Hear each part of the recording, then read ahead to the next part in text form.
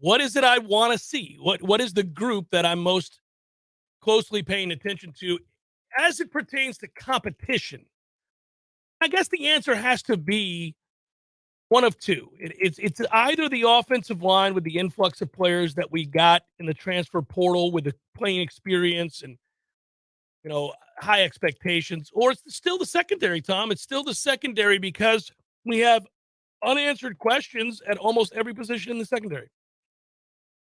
When you don't know who's going to be the starter at any one of those positions, other than it's a safe bet, barring a setback, that Shaheem Brown's going to play, because you had the defensive coordinator on the Jeff Cameron show talk about how excited he is and how high the expectations are for him.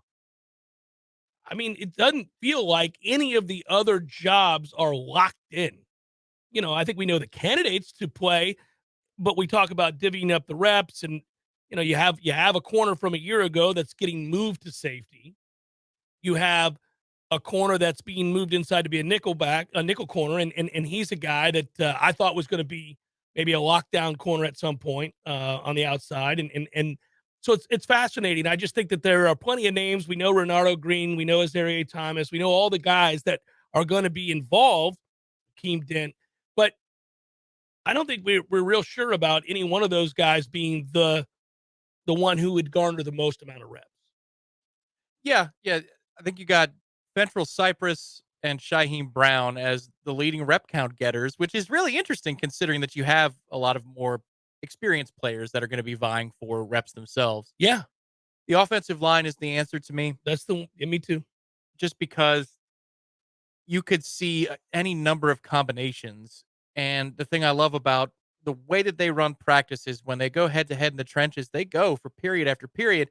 And there's some combo drills that I haven't paid attention to as much in the past couple of camps and day-to-day practice, because we'd have 5.5 starters that we liked last year, and they would be held out at times because they knew that, look, let's win the war, not win today's battle. So Dylan Gibbons didn't get a whole lot of run in those situations, or maybe they backed off Robert Scott at times.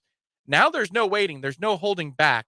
When you have, according to Alex Atkins, upwards of a dozen guys that could 12 guys. compete Yeah. for the starting job, you can't be held out.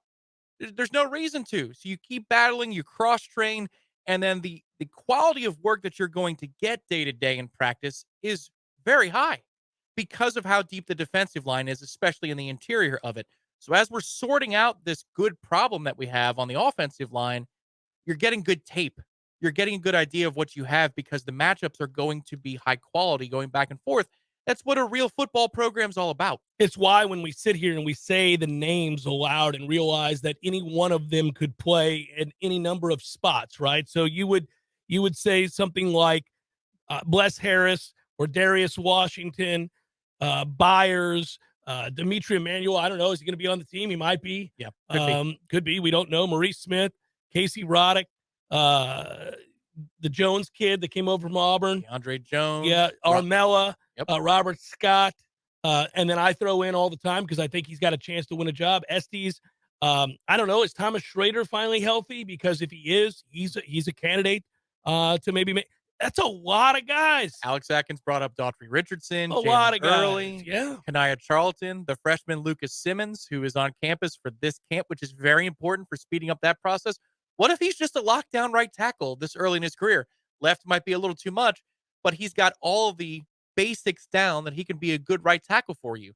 That changes the way you shuffle the other 4 positions. It's just, this is a puzzle that constantly changes in a good way for the offensive line.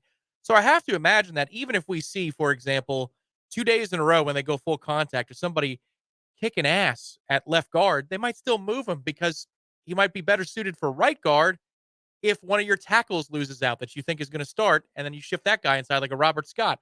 It's just, I think the shuffling will continue, and that's what makes it intriguing to me. With corner and defensive back in general, I think they're going to find some roles for guys quickly, and then it's going to be set, and these are where these guys need to be. Offensive line is going to be fluid all the way into the season, I think. We won't know, and I think it's important to reiterate this. None of this may be solved just yet because, again, Alex Atkins was quick to stress, and we also know that the messaging from the head coach is parroted and executed perfectly in lockstep with what he wants done. And that's where we've been really pleased with this staff, is they're very consistent in what the goals are, what the statements are, the way they go about teaching, the way they go about molding and preparing teams and preparing players and segment groups. This is about, teaching. A lot of this is about teaching in the spring and the fundamentals of what you're doing. They may not have answers at the end of the spring. We may have opinions, and I'm sure we will, but they may not have answers because they don't have to. That's for the fall. And that's the other thing, is development and growth happens. We looked at last spring, Yeah. and this is something with when I do trench reports, I'll always caution on the site side of things on warchant.com. Last year, they would run drills that are very basic for the offensive line. It's about chemistry, passing things off, dealing with twists and stunts and mixed up fronts. How are you going to handle it? It's almost like a mental challenge as much as it is a physical challenge. And they won nary a rep. I mean, every day that they went through these periods, the offensive line would win 1 out of 10 reps, and that one might be a little generous. I remember talking to a colleague of ours saying, "Is it designed to fail this much?" Yeah. And he said, I don't think it is. I don't think so. And it's not by design. Right. This is just an ass kicking. Right. Yeah. Yeah. By the fall, week 2 of camp, you saw the offensive line winning drills. And then We're coming along. for every 10, they'd win 6. And you go, oh my God, Yeah. look at this. Yeah. Yeah. So yeah. this is just one point in time that we're measuring, and they can be better than what you see over the next, 5 weeks in spring camp.